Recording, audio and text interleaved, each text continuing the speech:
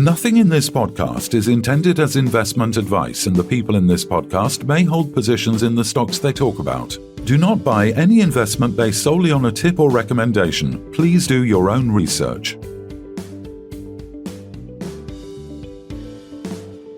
Hello and welcome to the Midweek Takeaway. Today we're joined by Louis Coetzee, CEO of Kibo Energy. Welcome back, Louis. How's things? Thank you very much. Nice to be talking to you again. So today we saw the update on the potential acquisition of Brownhill and the RTO. It seems that after further due diligence, it wasn't meant to be. Do you want to talk us through the rationale behind the termination, please? Well, I mean, we've always made it very clear that this transaction is part of a greater initiative that's going on in the company, and that we are busy with total repositioning of the company, as is evident from all our RNSs lately. And this was one additional string that we wanted to add to our bow in terms of renewable energy. We did a proper due diligence. After the due diligence, we came to the conclusion that there's still quite a bit of additional work to be done before the project will be at the level, that we can do the deal as we announced it. We then made a counter proposal, which is more in line with the current status of the project. That proposal we could not agree upon, and we came to the conclusion after careful consideration that the deal is no longer in the interest of the company. And particularly if we also take into consideration all the momentum that we've been building up over the past 2 months that we've been suspended. I can only refer you to the most recent announcement with regard to long duration energy storage and a few others.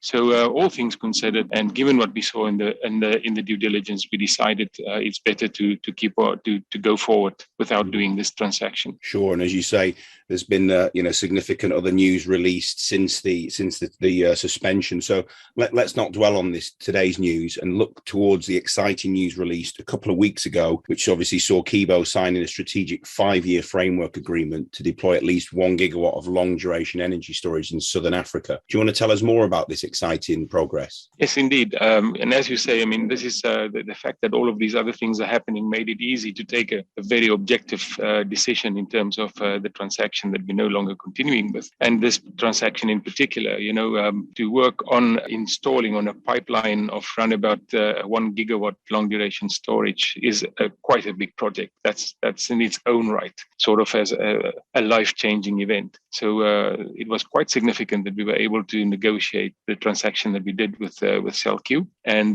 most notably the fact that the arrangements that we've announced in that announcement, which sets us on a course to take the lead in the areas where we will be working with CellCube in terms of being sort of almost the first to market in those areas on significant and sizable long duration energy storage projects. And it couldn't have come at a better time. As you know, specifically in South Africa at the moment, the situation is dire in terms of energy. So it's come at exactly the right time for us to get going with this. Louis, so some of these projects that are in South Africa with CellCube, who or what type of companies or situations can you see these being deployed in? Oh, I mean, as is evident from the RNS as well, there are so many. Everybody is suffering from the energy situation at the moment.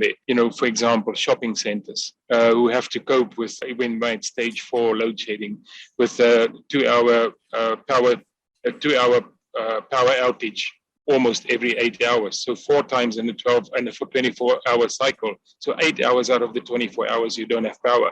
Shopping centers, manufacturing facilities, cell phone operators with the cell phone towers. And I can just carry on and on. In the pharmaceutical industry, for example, it's a massive problem. If you have an interruption right when you're in the middle of a production line that's running, you have to stop and start over again. Yeah, and would it be something that would even be useful in the mining sectors and stuff, or is that just me? The power to the mines. As I've said, anybody who uses electricity. You've got that project, and obviously we've got the waste to energy scenario that's going on in South Africa also, I believe. So tell us a little bit more about that one. Yeah, well, our project that we're doing in South Africa, the waste to energy project, is for an industrial park. And we are now have advanced that project to the point where we're now working our way towards financial close. We hope to see financial close a little bit later in this year, and then we will be able to commence with construction on that project. It's developing very well at the moment, and we are already looking at expanding that beyond the initial 2.7 megawatt. We've had some very encouraging discussions on that lately.